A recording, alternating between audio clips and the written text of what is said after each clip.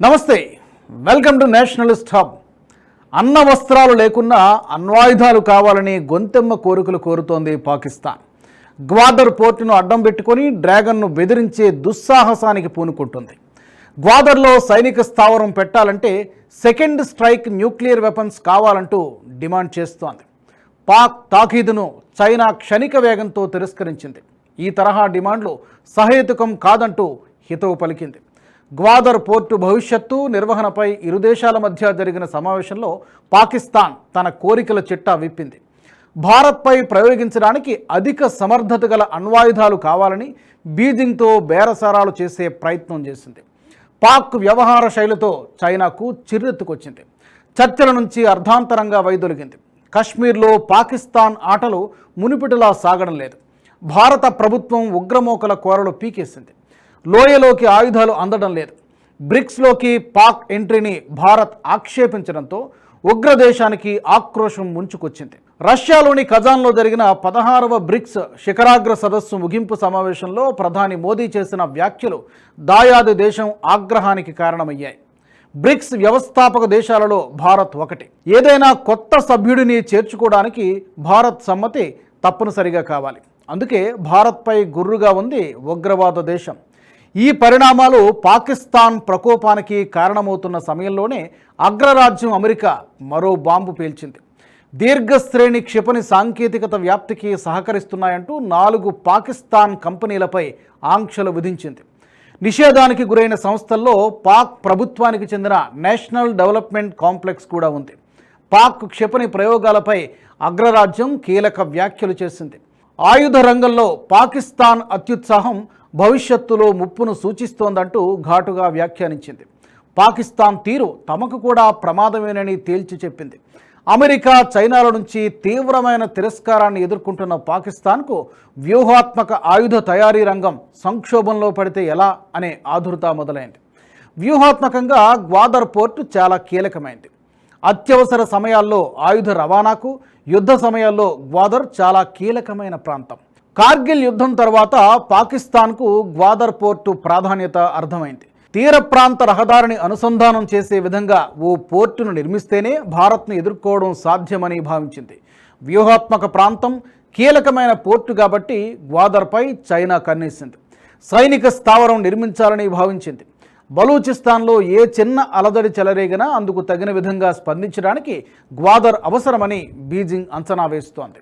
జలాంతర్గాముల శిక్షణ కోసం గ్వాదర్ ఉపయోగించాలనుకుంటోంది చైనా. చైనాకు సంబంధించిన ఓ కంపెనీ గ్వాదర్ పరిధిలో 2000 ఎకరాల భూమిని లీజుకు తీసుకుని ఎకనమిక్ కారిడార్ను నిర్మిస్తోంది.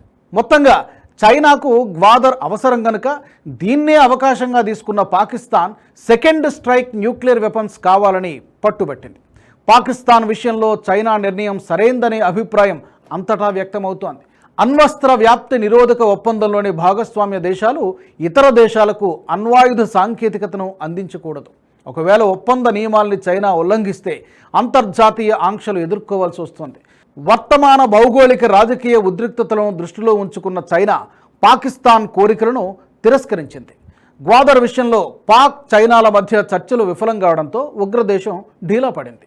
ద్రవ్యోల్బణం, దరిద్రం, ఉగ్రవాదం, రాజకీయ అస్థిరత, అంతర్యుద్ధంతో కొట్టుమిట్టాడుతున్న పాకిస్తాన్కు మిత్రదేశంగా భావించే చైనా ఊహించని జవాబు చెప్పడంతో ఉగ్రదేశం కంగుతింది. గ్వాదర్ భవిష్యత్తుపై జరిగిన చర్చల్లో బలూచిస్తాన్ అంశం కూడా ప్రస్తావనకు వచ్చింది. బలూచిస్తాన్లో అస్థిర, ఆందోళనకర పరిస్థితులు నెలకొన్నాయి. ఇందుకు భారత్ను నిందిస్తోంది పాకిస్తాన్. బలూచిస్తాన్లో చైనా సీపెక్ కారిడార్ను నిర్మిస్తోంది. చైనా నిర్మాణ కంపెనీలపై బలూచ్ ఆర్మీ నిరంతరం దాడులు చేస్తోంది. ఇరు దేశాల అధికారుల చర్చల్లో చివరకు చైనా చెప్పింది మౌనంగా వినడమే తప్ప గట్టిగా అడగలేని పరిస్థితిలో మిన్నకుండిపోయారు పాకిస్తాన్ అధికారులు. ఉగ్రదేశం అత్యాశకు కారణాలు లేకపోలేదు. ప్రస్తుతం పాకిస్తాన్ వద్ద ఉన్న అణ్వాయుధాలు కాలం చెల్లినవి, స్వయంగా తయారు చేసుకున్నవి కావడంతో వాటిపై నమ్మకం లేదు. భారత్ వద్ద ఉన్న అణ్వాయుధాలతో పోలిస్తే వాటి సామర్థ్యం చాలా తక్కువ. సిపిఈసి నిర్మాణం కారణంగా పాకిస్తాన్పై ఆధారపడిన చైనాకు కొన్ని అనివార్యతలు ఉన్నాయి. బలూచిస్తాన్లో నిర్మిస్తున్న ప్రాజెక్టులు పూర్తి కావాలంటే ఉగ్రదేశానికి ఆర్థికపరమైన, సైనిక సహకారం తప్పనిసరిని భావించిన చైనా గరిష్ట స్థాయిలో సహకారం అందిస్తోంది. 2019 నుంచి 2023 మధ్యకాలంలో చైనా నుంచి సుమారు 85% ఆయుధాలను పాకిస్తాన్ దిగుమతి చేసుకుంది. ప్రస్తుతం పాకిస్తాన్ బలగాల వద్ద ఆయుధాల్లో సింహభాగం డ్రాగన్ కంట్రీ అందించినవే. దీన్ని సాకుగా తీసుకున్న పాకిస్తాన్ అణ్వాయుధాల కోసం ఆశపడింది. చైనా మొట్టికాయలు వేసింది. పాకిస్తాన్ ఆర్థిక పరిస్థితి దయనీయంగా ఉంది. బీజింగ్ బెచ్చమేస్తే తప్ప మింగ మెతుకులేని పరిస్థితిలో ఉంది. తాజా పరిణామాల నేపథ్యంలో సైనిక దౌత్య సంబంధాలు క్షీణించే పరిస్థితికి చేరాయని చెప్పాలి.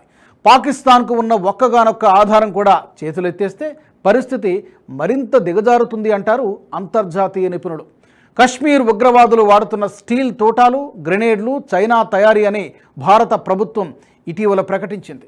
సైన్యానికి సంబంధించిన మందుగుండు సామగ్రిని కూడా చైనాయే సరఫరా చేస్తోంది. బుల్లెట్ల నుంచి ఫైటర్ జెట్ల వరకు సకలం డ్రాగన్ దాతృత్వమే. 2022లో ఫైనాన్షియల్ యాక్షన్ టాస్క్ ఫోర్స్ నుంచి తొలగించడంతో పాకిస్తాన్ పరిస్థితి అగమ్యగోచరంగా మారిందని చెప్పాలి. 2008 నుంచి అనేకసార్లు తొలగింపులకు గురైంది ఉగ్రదేశం. ఇరు దేశాల మధ్య ఉద్రిక్తతలు తలెత్తడం ఇది తొలిసారేమీ కాదు. ఇటీవల జాయింట్ నేవల్ ఎక్సర్సైజ్ సమయంలో గ్వాదర్ నౌకాశ్రయాన్ని ఉపయోగించడానికి చైనా నేవీని అనుమతించలేదు.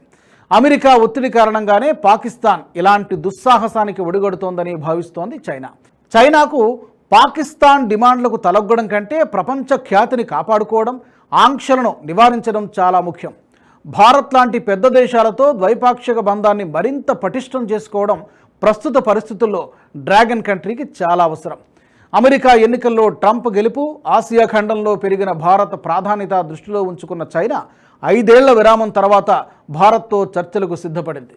భారత జాతీయ భద్రతా సలహాదారు అజిత్ దోవల్ ఇటీవల బీజింగ్లో పర్యటించి ద్వైపాక్షిక చర్చలకు మార్గాన్ని సుగమం చేశారు. సెకండ్ స్ట్రైక్ న్యూక్లియర్ వెపన్స్ అడగడంలో పాకిస్తాన్కు దీర్ఘకాలిక వ్యూహం ఉంది. భారత్ ఒకవేళ తనపై దాడికి దిగితే క్షణాల వ్యవధిలో భూస్థాపితం చేయాలనేది పాకిస్తాన్ కల. ప్రపంచంలోని అణ్వాయుధాల్లో సెకండ్ స్ట్రైక్ ఆయుధాలు అత్యంత శక్తివంతమైనవి. భారత్ వద్ద ఐఎన్ఎస్ అరిహంత్, ఐఎన్ఎస్ అరిగాత్ అనే 2 సెకండ్ స్ట్రైక్ బాలిస్టిక్ న్యూక్లియర్ సబ్మరీన్లు ఉన్నాయి. వీటిని భూతలం, గగనతలం, సముద్ర గర్భం నుంచి కూడా ప్రయోగించవచ్చు. సాగర గర్భంలో పహారా కాసే ఈ 2 జలాంతర్గాములు భారత వ్యూహాత్మక ఆయుధాలు. రోజు రోజుకు మారుతున్న రక్షణ వ్యూహాలను, ఆయుధ సంపత్తిని చూసి కంగారు పడుతున్న పాకిస్తాన్ చైనా సాయంతో అణ్వాయుధాలను ప్రోధి చేసుకోవాలని ఆశపడింది. నిరంతరం మారుతున్న అంతర్జాతీయ పరిస్థితులను బేరీజు వేసుకున్న చైనా పాకిస్తాన్ ఆశలపై నీళ్లు పోసింది. అయితే పాకిస్తాన్ ఆర్థిక పరిస్థితి గురించి పూర్తి అవగాహన ఉన్న చైనాకు ఏదో ఒక రోజు గ్వాదర్ తన అధీనంలోకి వస్తుందనే భరోసా ఉందంటారు నిపుణులు. చైనా గడిచిన 2 ఏళ్ల కాలంలో 30 అణ్వాయుధాలను కొత్తగా జత చేసింది. చైనా వద్ద ప్రస్తుతం 350 అణ్వాయుధాలున్నాయి. గత ఏడాదితో పోలిస్తే పాకిస్తాన్ 5 కొత్త అణ్వాయుధాలను తయారు చేసింది. ఆ దేశంలో మొత్తం 165 అణు వార్హెడ్లు ఉన్నాయి. గత ఏడాది భారత్ 6 కొత్త అణ్వాయుధాలను తయారు చేసింది. ఇప్పుడు భారత అమ్ముల పొదిలో 156 అణ్వాయుధాలున్నాయి. అణ్వాయుధాల ఉత్పత్తి నిరంతర ప్రక్రియ. ఒక దేశం అకస్మాత్తుగా అణ్వాయుధాల తయారీని నిలిపివేసి తరువాత మళ్ళీ మొదలుపెట్టే అవకాశం ఉండదు. అందుకే పాకిస్తాన్ ఇప్పుడు చైనాతో బేరసారాలకు దిగుతోంది. రాబోయే రోజుల్లో గ్వాదర్ పోర్టును చైనాకు శాశ్వత మిలిటరీ బేస్ ఇచ్చేసిన ఆశ్చర్యం లేదు. అంత మాత్రాన పాకిస్తాన్కు అణ్వాయుధాలు ఇచ్చేందుకు చైనా అంగీకరించదు. అప్పుల ఊబిలోకి దించి క్రమంగా గ్వాదర్ పోర్టును స్వాధీనం చేసుకుంటుంది. నిత్యం అప్పు కోసం చైనా ముందు, గల్ఫ్ దేశాల ముంగిట భిక్షాందేహి అని నిలవాల్సిన పరిస్థితిలో కూడా ఉద్దీపన ప్యాకేజీ కోసం IMF పెట్టిన అడ్డగోలు నిబంధనలన్నిటికీ గంగిరెద్దులా తలూపాల్సిన పరిస్థితిలో కూడా పాక్ అనుభింకం మాత్రం సడలడం లేదు. అణ్వాయుధాల సంఖ్యను పెంచుకోవాలనే ఆబ మాత్రం చావడం లేదు. ఈ వీడియో మీకు నచ్చినట్టయితే లైక్ చేయండి, 10 మందికి షేర్ చేయండి. అలాగే కామెంట్ల రూపంలో మీ అభిప్రాయాలను మాతో పంచుకోండి. Nationalist hub group of channels ను సబ్స్క్రైబ్ చేసుకుని తెలుగునాట జాతీయవాద జర్నలిజాన్ని ప్రోత్సహించండి. ఈ వీడియో కింద ఉన్న బెల్ ఐకాన్ పై క్లిక్ చేయడం మర్చిపోవద్దు.